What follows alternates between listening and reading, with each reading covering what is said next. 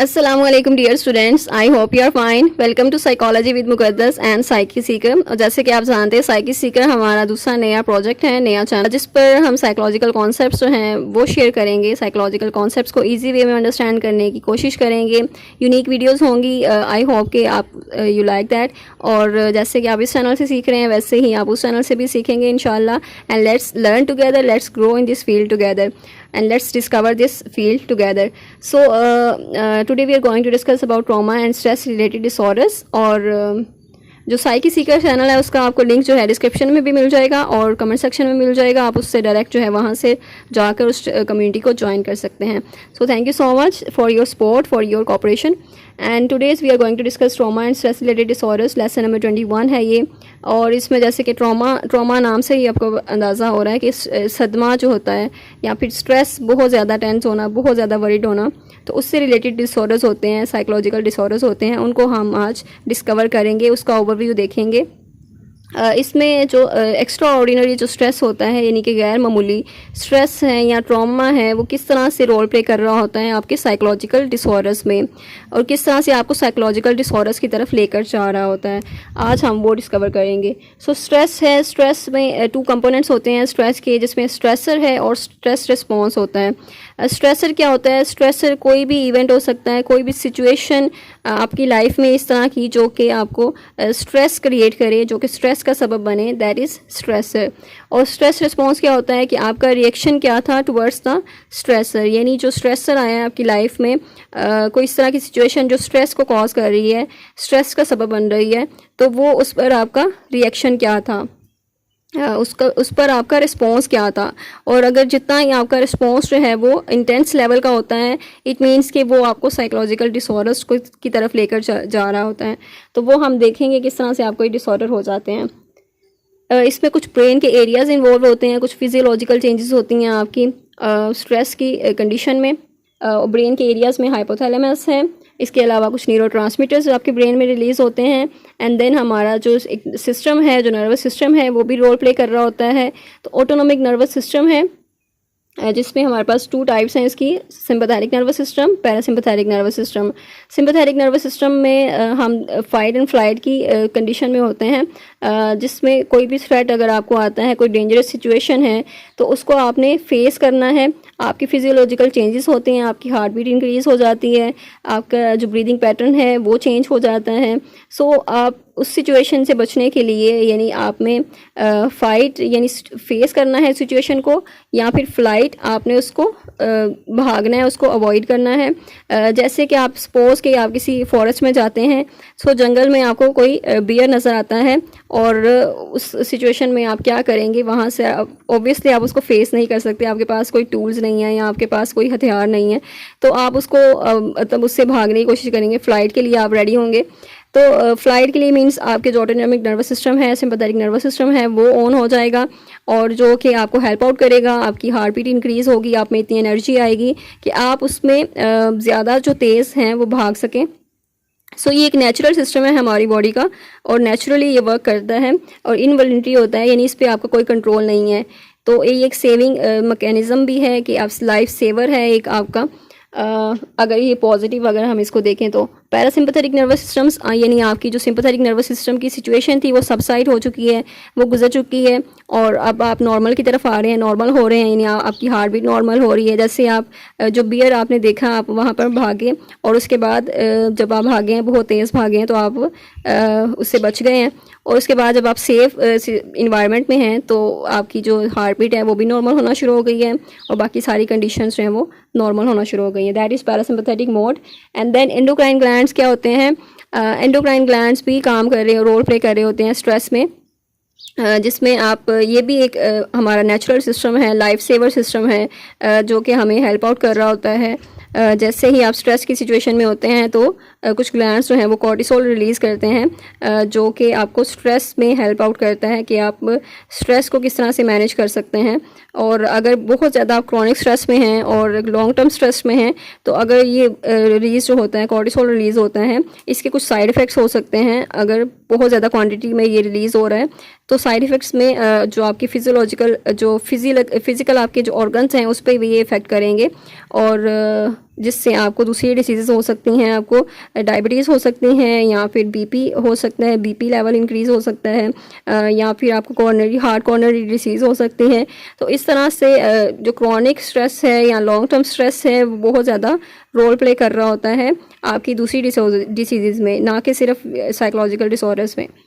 General features क्या हैं trauma and stress related disorders के, और जनरल फीचर्स पे ही हम आगे चल के डायग्नोस्टिक क्राइटेरिया इसका देखेंगे one by one. So first of all तो एक्सपोजर होता है कि आपका एक्सपोजर है कि स्ट्रेसफुल इवेंट की तरफ या फिर ट्रॉमेटिक इवेंट जो आपकी लाइफ में हुआ है, एंड देन कि किस तरह से आपका एक्सपोजर हुआ था, कि आपने विटनेस किया था, कि आपने देखा था, या फिर आपके साथ हुआ है। तो इस तरह की सिचुएशंस हम देखेंगे डायग्नोस्टिक क्राइटेरिया में। एंड देन मोस्ट प्रोमिनेंट जो क्लिनिकल करेक्टरिस्टिक्स हैं वो एनहेडोनिक, यानी कि आप में डिप्रेशन लाइक सिम्टम्स हैं, आपका किसी चीज़ में इंटरेस्ट नहीं रहा। एंड देन कुछ देखेंगे हम उसमें फैक्टर्स के एग्रेसिव सिम्टम्स हैं, और एंगर है, एंगर आउटबर्स्ट हैं, तो वो भी इसमें सिम्टम्स में इन्वॉल्व है। एंड देन डिसोसिएटिव सिम्टम्स देखेंगे हम, जो कि आपकी कॉन्शियसनेस से रिलेटेड हैं, आपकी अवेयरनेस से रिलेटेड हैं। सो ये सारे जो हैं वो डायग्नोस्टिक क्राइटेरिया में हम देखेंगे। अभी हमने जनरल फीचर्स को डिस्कस किया है, सो फर्दर इसको हम एक्सपैंड करेंगे, एक्सप्लोर करेंगे। सो टाइप्स हैं कुछ trauma and stress related disorders की, जिसमें रिएक्टिव अटैचमेंट डिसऑर्डर है, सो डिसइनहिबिटेड सोशल इंगेजमेंट डिसऑर्डर है, पोस्ट ट्रॉमेटिक स्ट्रेस डिसऑर्डर है, एक्यूट स्ट्रेस डिसऑर्डर है, एडजस्टमेंट डिसऑर्डर है। सो वन बाय वन इसको डिस्कस करते हैं। अब रिएक्टिव अटैचमेंट डिसऑर्डर क्या होता है? रिएक्टिव अटैचमेंट डिसऑर्डर बच्चों में होता है बिफोर द एज ऑफ 5, और इस डिसऑर्डर में क्या होता है कि जो बच्चा जो है वो रेसिप्रोकेट नहीं करता, वो उस तरह से अपने जो फीलिंग्स हैं वो उसको बयान नहीं करता, यानी वो उस तरह से अटैच नहीं होता अपने पेरेंट्स के साथ या केयर गिवर्स के साथ, वो अटैचमेंट फील नहीं करता, सिक्योर नहीं होता, और उसका जो इमोशनल बॉन्ड है वो हेल्दी नहीं होता, उसका जो रिलेशनशिप है वो हेल्दी नहीं होता। सो इसकी डिफरेंट हो सकती हैं, कॉजेज़ हो सकते हैं कि जो केयर गिवर्स हैं वो चेंज हो रहे हैं बार बार, या फिर जो केयर गिवर्स हैं उस तरह से उसको अटेंशन नहीं मिल पा रही थी, तो इसकी वजह से बच्चा जो है वो अवॉइडेंट बिहेवियर उसका हो गया है, और वो अवॉइड करता है, अब उस तरह से कंफर्ट नहीं सीख करता अपने पेरेंट्स से, और अगर उससे कोई भी डिस्ट्रेस होता है तो वो पेरेंट्स की तरफ नहीं जाता। सो यहाँ पर डायग्नोस्टिक क्राइटेरिया आपने चेक करना है। तो फर्स्ट ऑफ ऑल तो कंसिस्टेंट पैटर्न है, इनहिबिटेड यानी बहुत ज़्यादा उसने खुद को रोका हुआ है, विथड्रॉन है, और वो इमोशनली विथड्रॉन है, दूसरों से अपने इमोशंस शेयर नहीं कर रहा, और अपने केयर गिवर्स के साथ स्पेशली, यानी उसका जो बिहेवियर है अवॉइडेंट बिहेवियर है। एंड इसमें हम देखते हैं कि चाइल्ड जो है वो बच्चा बहुत minimally seek comfort when distress, यानी परेशानी की सूरत में बहुत कम कंफर्ट जो है वो सीख करता है, पेरेंट्स के पास बहुत कम जाता है, उनको बहुत कम बताता है, बहुत कम शेयर करता है, और रिस्पॉन्ड भी बहुत कम करता है। And then persistent social emotional disturbance है, यानी कि बहुत ज़्यादा डिस्टर्ब है, इमोशनली सोशली विदड्रॉन है, दूसरों के साथ भी इतना अटैच नहीं है, किसी के साथ भी अटैच नहीं है। तो ओवरऑल जो है वो इस डिसऑर्डर के, जैसे कि नेम से पता चल रहा है, रिएक्टिव अटैचमेंट डिसऑर्डर, यानी कि अटैचमेंट जो है ना उसकी वो डिस्टॉर्टेड है, वो जो है वो स्टेबल नहीं है। एंड यहाँ पर उसका जो रिएक्शन है वो भी डिस्टॉर्टेड है, और minimal social and emotional responsive to other, यानी कि जो रिस्पॉन्स है, जो रिस्पॉन्सिवनेस है कि दूसरों को रिस्पॉन्ड करना सोशली या फिर इमोशनली, वो चीज़ उसमें नहीं है। और लिमिटेड पॉजिटिव इफेक्ट है, यानी कि पॉजिटिव इमोशंस नहीं है, नेगेटिव इमोशंस हैं, और एपिसोड्स ऑफ अनएक्सप्लेन्ड इरिटेबिलिटी, यानी बहुत ज़्यादा बच्चा चिड़चिड़ा है या उदास है या फिर खौफजदा है। नेक्स्ट हम सी में देखते हैं कि child has experience a pattern of extremes of insufficient care, यानी कि उसने वो सारी चीज़ें, इनसफिशेंट केयर मिली है उसे, और यानी हम कॉजेज़ उसमें देखते हैं तो at least one of the following होना चाहिए। सोशल निगलेक्ट, यानी सोशली तौर पर वो डेप्रीवेट है, महरूमी का शिकार है, उससे निगलेक्ट किया गया है, और जिससे उसमें ये डिसऑर्डर डेवलप हुआ है। And then repeated changes of primary, यानी केयर गिवर्स आपके चेंज हो रहे हैं बार बार, परसिस्टेंट नहीं हैं, सो उसकी वजह से ये डिसऑर्डर हो सकता है। और रेयरिंग इन अनयूजुअल सेटिंग, यानी कि कुछ इस तरह की जो सेटिंग है जो अनयूजुअल सी है और जिसमें वो इन्वायरमेंट जिसमें वो उसकी परवरिश हो रही है, तो वो जो है वो बेटर नहीं है, इंटेंस लेवल का है। और जिसमें यानी इस तरह के जो बॉन्डिंग है वो सिक्योर नहीं होती है, अटैचमेंट जो है ये बच्चों पर बहुत ज़्यादा चीखा जाता है, चिल्लाया जाता है, बच्चों को बहुत ज़्यादा डांटा जाता है। तो इस तरह की सिचुएशन में भी ये डिसऑर्डर हो सकता है। और नेक्स्ट स्पेसिफाई इसका देखते हैं, परसिस्टेंट है ये नहीं है। इट मीन्स के 12 मंथ से मोर देन ये कंडीशन या सिम्टम्स शो हो रहे हैं ये नहीं। And then disinhibited social engagement disorder. अब ये डिसऑर्डर जो है वो रिएक्टिव अटैचमेंट डिसऑर्डर के ऑपोजिट है। और इसमें हम देखते हैं कि जो अवॉइडेंट यानी बच्चा जो था, जैसे हम रिएक्टिव में डिस्कस करके आए हैं कि रिएक्टिव में बच्चा जो है वो अवॉइडेंट होता है, वो उस तरह से उसका जो अटैचमेंट स्टाइल है वो हेल्दी नहीं होता, उसकी इमोशनल बॉन्डिंग जो है वो सिक्योर नहीं होती। तो डिसइनहिबिटेड में क्या देखते हैं हम, इनहिबिटेड में यानी बच्चे ने खुद को रोका हुआ है, जैसे कि वो अपने ही खोल में बंद है और उसने इनहिबिट किया हुआ है, खुद को रोका हुआ है, बंद किया हुआ है, यानी शो नहीं कर रहा है, एक्सप्रेस नहीं कर रहा है, अपने इमोशंस को शेयर नहीं कर पा रहा। अब डिसइनहिबिटेड में यानी उसने रोका नहीं हुआ, वो एक्सप्रेसिव है, वो अपने इमोशंस शेयर कर रहा है। और सोशल इंगेजमेंट यानी सोशली तौर पर, और इसमें डिसऑर्डर की क्या वजह हो सकती है, ये तो अच्छी बात है कि वो शेयर कर रहा है सारी चीज़ें, लेकिन वो शेयर अपने पेरेंट्स के साथ नहीं कर रहा, वो शेयर अपने रिलेटिव्स के साथ नहीं कर रहा, अपने फ्रेंड्स के साथ नहीं कर रहा, बल्कि वो किसी अजनबी के साथ, किसी स्ट्रेंजर के साथ शेयर कर रहा है। तो दैट इज़ यहाँ पर प्रॉब्लम है। ये डिसऑर्डर तब होता है जब डिसइनहिबिटेड सोशल इंगेजमेंट मीन्स आपके कोई स्ट्रेंजर है जिसके साथ आप इतना फ्रैंक हो गए हैं, इतना फ्री हो गए हैं, आप अपनी पर्सनल इन्फॉर्मेशन शेयर कर रहे हैं, आप प्राइवेट इन्फॉर्मेशन जो है अपने घर की बातें उसे बता रहे हैं। सो यहाँ पर ये डिसऑर्डर जो है वो होता है। और इसके कॉजेज़ भी सिमिलर ही हैं as compare to the reactive attachment disorder.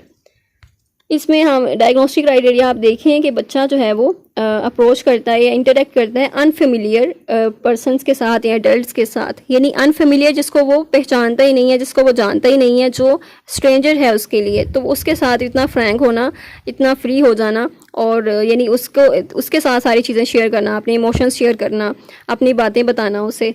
So next है कि रिड्यूस्ड और एब्सेंस रेटिसेंस, यानी उसकी रेटिसेंस जो कहते हैं कम गोई, बहुत एब्सेंट है, यानी वो बहुत बोलता है और उसको यानी जब भी वो इंटरेक्ट करता है किसी अनफेमिलियर एडल्ट के साथ तो वो बहुत ज़्यादा बोलता है। जैसे वो घर पे इतना नहीं बोलता है, पेरेंट्स के साथ इतना बोलता नहीं है जितना वो स्ट्रेंजर्स के साथ बोलता है। सो ओवरली फेमिलियर वर्बल और फिजिकल बिहेवियर, तो इस तरह से वो बिहेवियर जो है ना उसका इतना ऑड सा होगा कि वो जो अनफेमिलियर बंदा है उसको फेमिलियर मतलब लोग समझेंगे कि ये फेमिलियर है, शायद वो इसको पहले से जानता है, इतना बच्चा जो है उसके साथ फ्रैंक है। सो डिमिनिश्ड और एब्सेंट चेकिंग बैक, यहाँ पर जो केयर गिवर है वो उसको चेक नहीं करेगा कि मेरे जो पेरेंट्स हैं वो कहाँ पर हैं। अगर वो बाज़ार में जा रहा है तो अपने पेरेंट्स के साथ, तो वो किसी स्ट्रेंजर के साथ इतना इन्वॉल्व हो गया कि उसे याद ही नहीं है कि मेरे पेरेंट्स कहाँ पर हैं, मैंने उनको फॉलो करना है या फिर उनके साथ घर जाना है। तो इस तरह की सिचुएशन होती है। एंड इंटेंस लेवल की है willingness to go off with an unfamiliar, अच्छा वो किसी अजनबी के साथ जाने के लिए भी तैयार हो जाते हैं और वो स्ट्रेंजर उनको कहीं भी लेकर जा सकता है, वो जो भी कहेगा तो वो इजीली मान लेंगे, या फिर वो कोई गिफ्ट देता है या फिर वो कहता है कि मेरे साथ चलो तो वो इजीली उसको मान लेंगे। सो ये है disinhibited social engagement disorder. Next criteria आप इसका चेक कर लें, एक बार इसको रीड कर लें। फर्दर जो इसका डायग्नोस्टिक क्राइटेरिया है, परसिस्टेंट और सीवियरिटी जो है उसकी क्या है। अच्छा, पोस्ट ट्रॉमेटिक स्ट्रेस डिसऑर्डर पे बात करते हैं। पोस्ट ट्रॉमेटिक स्ट्रेस डिसऑर्डर क्या होता है, जैसे कि नाम से ही पता चल रहा है आपको ये ट्रॉमा से रिलेटेड है। और पोस्ट ट्रॉमेटिक मीन्स आपके जो ट्रॉमा हो चुका है आपकी लाइफ में, उसके बाद पोस्ट मीन उसके बाद आफ्टर द इफेक्ट्स क्या है। तो आफ्टर दैट आप जो स्ट्रेस फील कर रहे होते हैं, तो अगर वो क्रॉनिक लेवल पे हैं तो फिर इस डिसऑर्डर में वो फॉल करता है। इसके हम सिम्टम्स देखेंगे, डायग्नोस्टिक क्राइटेरिया देखेंगे। जब भी आप कुछ फेस करते हैं, स्ट्रेसफुल सिचुएशन को फेस करते हैं और आप अराउज हो जाते हैं साइकोलॉजिकली या फिजिकली, तो वो एक्सपीरियंस करते हैं। अगर आप सेंस ऑफ फियर है, डेंजर है, तो जिसकी वजह से आप स्ट्रेस में आ जाते हैं, वो एक्स्ट्रा ऑर्डिनरी स्ट्रेस होता है और जिससे आपका अराउजल लेवल इंक्रीज़ होता है, जिसमें आपकी दूसरे सिम्टम्स हैं फियर, डिप्रेशन, एंग्जाइटी वगैरह, वो आना शुरू हो जाते हैं उसके सिम्टम्स। डायग्नोस्टिक क्राइटेरिया हम इसका चेक करते हैं। ए में एक्सपोयर है कि एक्सपोयर कितना है, थ्रेटेंड थे आप, सीरियस कोई इंजरी हुई है या सेक्सुअल वायलेंस हुआ है। और इसमें हम देखते हैं कि डायरेक्टली एक्सपीरियंस यानी आपने उसको डायरेक्ट एक्सपीरियंस किया है, आपके साथ हुआ है, या आपने विटनेस किया है किसी शख्स के साथ हुआ है, या फिर आप लर्न कर रहे हैं the traumatic event occurrence to close family member, यानी किसी क्लोज फैमिली मेम्बर के साथ हुआ है, या फिर आपने एक्सपीरियंस किया है रिपीटेड और एक्सट्रीम एक्सपोजर, यानी कि वो दोबारा हुआ है आपके साथ या उसका एक्सपोजर जो था वो एक्सट्रीम था। और नेक्स्ट है बी जो क्राइटेरिया, ये क्राइटेरिया में 4 मेजर उसकी कैटेगरीज भी आती हैं, जिसमें हम देखते हैं इंक्लूसिवली री एक्सपीरियंसिंग द ट्रॉमेटिक इवेंट, यानी आप उसमें बार बार उसको री एक्सपीरियंस, यानी उसको रेपिटेटिव मेमोरीज हैं जो बार बार आपको उसकी मेमोरीज आ रही हैं, उसकी याद आ रही है, नाइटमेयर या ख्वाब में वो इवेंट दोबारा वो रिपीट हो रहा है बार बार। Avoidance of stimuli associated with the event, यानी आप उसको अवॉइड कर रहे हैं, जितने भी रिमाइंडर्स हैं उससे रिलेटेड जो आप उस इवेंट की याद दिलाएं तो उसको आप अवॉइड करते हैं इसमें। Other science of mood and cognitive change after the trauma, यानी दूसरे जो मूड के जो चेंजेस हैं या कॉग्निटिव चेंज है उसके साइंस आप में शो हो जाते हैं आफ्टर द ट्रॉमा। और next symptoms of increase arousal या रिएक्टिविटी, यानी आप में इरिटेबल बहुत ज़्यादा हो जाते हैं, चिड़चिड़े हो जाते हैं, सेल्फ डिस्ट्रक्टिव बिहेवियर होता है, तो ये इंक्रीज अराउजल है या इंक्रीज लेवल ऑफ रिएक्टिविटी, यानी बहुत ज़्यादा आप रिएक्ट करते हैं, इंटेंस लेवल की रिएक्शन होती है।